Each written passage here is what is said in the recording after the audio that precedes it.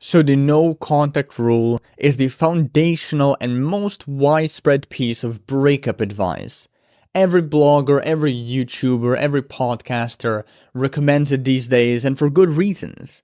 It is one of the most effective ways to heal and grow from a breakup, and or get a decent shot at reattracting an ex. But despite its glaring popularity, the no contact rule is also one of the most misunderstood pieces of breakup advice. So let me try and clear things up for you so you can leverage it appropriately and hopefully achieve your post-breakup goals, whatever they may be. So let's start and talk about what even is the no contact, the very basics, okay? The theory goes that the no contact rule is this boundary building action that translates to emotionally and physically separating yourself from your ex by, as the name implies, cutting or limiting contact with them. Now, when you apply no contact, you essentially disrupt your typical patterns of interaction with your ex, oftentimes leading to improved self-esteem and reduced emotional dependence on them, as well as a higher likelihood for your ex to perceive you as just more attractive and enticing. Now, no contact entails exactly what you think it does. From its initial application forward, you just don't call, message, or engage with your ex's social media anymore. You also don't go to places where you would have an accidental encounter with them. You don't wish them a happy birthday anymore. You don't wish them a happy Valentine's Day, Easter, Christmas, Thanksgiving, whatever. You don't even express your condolences if they lose a family member or a friend. And you also hide every reminder of them that is within your control. And then you also avoid going to places that can potentially elicit some sort of a painful reaction or painful memories that then lead to a painful reaction. And it's also really important to distance yourself from mutual friends as well as your ex's family, or if that's possible for you, move on from these people entirely and just cut them out of your life. Now, sometimes the classic no contact rule is impossible to apply. Maybe you have kids or pets with your ex, maybe you live or you work together, or maybe you share some other responsibilities that kind of force you to stay in touch. In all of these cases, you need to resort to what's called the modified no contact rule. Now, the difference between the modified and the classic is that in modified, you are allowed to contact your ex and even communicate, but only if it's important and related to logistics, like when you need to discuss who will look after the kid or the dog for the weekend, or when there is some living arrangement that needs to be settled, or when you need to go over some work-related or financial matter. Now, despite being able to communicate with your ex, this communication does need to be brief. It does need to be straight to the point and only focused on the pressing challenge or challenges ahead of you. And you need to end this conversation as soon as you come to some mutually favorable agreement or decision or solution. Now, the next obvious question is, how long should this no contact rule last? Well, this rule, in my opinion, it should be a permanent thing. It should be the equivalent of walking away and never looking back after a breakup. And this is pretty self-explanatory if you just want to move on from an ex. Of course, you don't want to resume communication anytime soon. But where things get murky, however, is when it comes to people who want to get back with their ex, who want to save their relationship. Interestingly, I've seen a lot of ex-back coaches and experts, whatever you want to call them, advocating for making the no contact period between 30 and 60 days. Now, these people then even encourage their followers, their audience, to reach out to their ex after a certain number of days, usually with some pre-prepared text message or texting template. And honestly, this never made sense to me. If I'm completely honest with you, in fact, doing time-limited no contact, it's only going to incentivize you to passively wait for this certain X-day period to pass. Therefore, your intentions are no longer set, and your efforts are no longer set on healing and personal growth, but largely on this forceful idea of reconciliation. And that shit just never works out in the long term. And that's just not the point of no contact either, as I'll explain later. And of course, it's also needy, and therefore unattractive. I mean, you're literally just passively waiting for your ex, and then for 30 days, and then you reach out to them with some, happy reminder, text message template or some bullshit like that.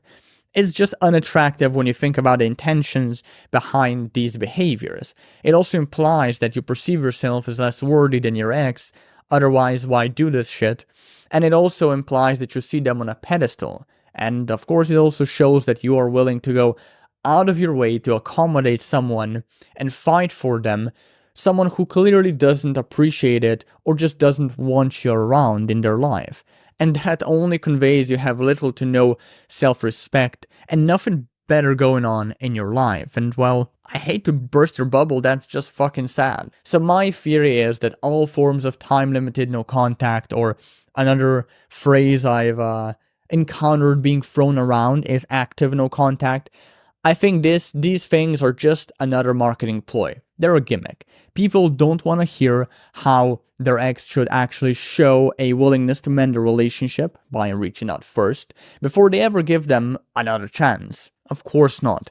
They want to hear what feels good. And since this feel-good bullshit about waiting X amount of days and then reaching out with some proven text message, it sells more eggs-back products than the harsh truth. That's why people working in this, in my opinion, shitty, slimy industry, that's why they swear by this method. So that's just my 2 cents on the length of no contact, so keep in mind, just keep it permanent and you're gonna be just fine.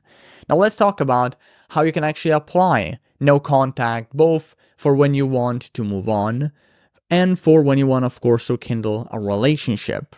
So when you want to get back together with your ex. When you want to move on, I mean, there's really not much to say here. You just go no contact once you settle everything with your ex that, needs to be settled. So, for example, some living arrangements, or maybe doing an exchange of your possessions, you giving away or giving back their possessions, them giving back your possessions, and stuff like that. And if you're really nice, by the way, you can just tell your ex that you won't be in touch for a while and that you would really respect if they don't message you for some time and then proceed to no contact. I mean, it depends on your character, but that's another way you can apply this no contact rule when it comes to moving on. But now on the flip side, going no contact when it comes to mending a relationship, it's a bit different. What you need to do here is after you break up, but still before you apply no contact, you should clearly tell your ex that you still love them, you miss them, and you want them back. Well, you have to just communicate that in some way, in whatever way feels okay with you, either through text, through a phone call, in person, whatever, even through a fucking letter. Although I don't recommend that, but hey, if that's kind of like your vibe, if that's kind of what you want to do, so be it. Just let your interest that you want to mend things be known. Now, if after you state this interest, your ex is receptive, or they imply that they want to get back together with you, you need to invite them on a date. So you need to set a definite date, and that's how you start mending a relationship. And in this case, no contact isn't even needed.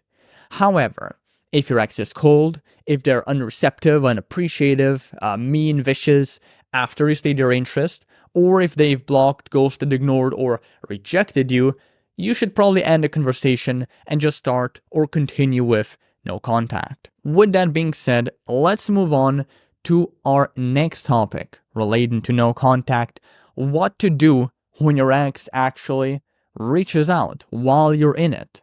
Well, for one, this depends on what you want, yet again. So we're gonna tackle both aspects here, okay? Both categories of people. So if you're in no contact, just so you can move on, perhaps find someone else even, when your ex reaches out, I would just tell them that you're still healing from the breakup and that you'd appreciate if they don't reach out anymore.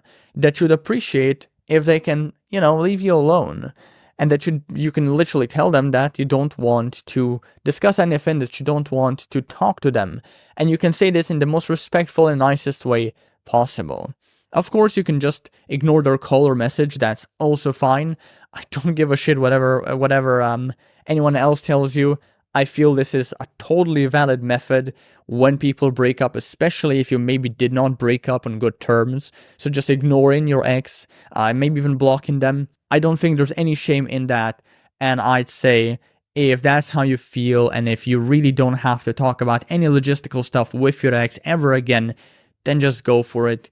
Go and ghost them or ignore them, block them, whatever. But on the other hand, if you want to mend your relationship, well, then once your ex reaches out, and it's not about logistics, but it's about something personal, like maybe your ex literally asks you how you're doing or what's new in your life, at that point, as I already alluded to earlier, you should try and set a definite date and get this reattraction process officially going.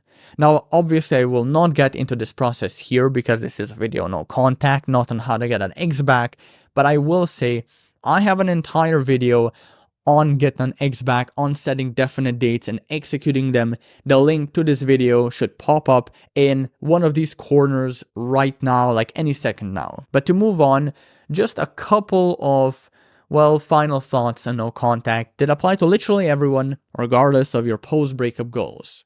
So, first of all, don't overcomplicate the whole thing. A lot of people do this, okay? You don't need to read a shit ton of books on no contact. You don't need to watch a bazillion of these videos. Fuck no. Just keep it simple. Eliminate your ex from your life or distance yourself from them as much as possible. Then decide not to return, and then keep remaking that decision in every moment of the way, especially in moments when you are most vulnerable, most emotional and weak, until you've moved on, or until if you want your ex back, until they've reached out. Second, no contact is not about proving yourself to your ex. It's not about showing them how great you're doing now that you're single and you're without them. Nor is it about getting them back, fundamentally speaking. No contact is fundamentally about getting yourself back, about winning yourself back, about improving yourself. And eliciting a certain reaction in your ex or getting them reattracted to you, like all of this is great, but these are just sexy side effects of no contact. But it's not the main thing. It's not the point. And finally, I want you to know that no contact is not enough. A lot of people think that just go no contact and you're gonna save your relationship or you're going to just get over the breakup. No, it doesn't fucking work that way. It's not the only tool you need, whether you want to recover from the breakup or get back with an ex. To hit any of these goals, any and all of them, there has to be more on the table than just no contact. So you must couple it, is what I'm saying, with genuine self-examination and self-improvement. That, and probably some form of therapy or professional help as well. So that's it. If you want to go deeper into my process for recovering from a breakup, download my recovery cheat sheet, a free one-page PDF full of tips and advice on this.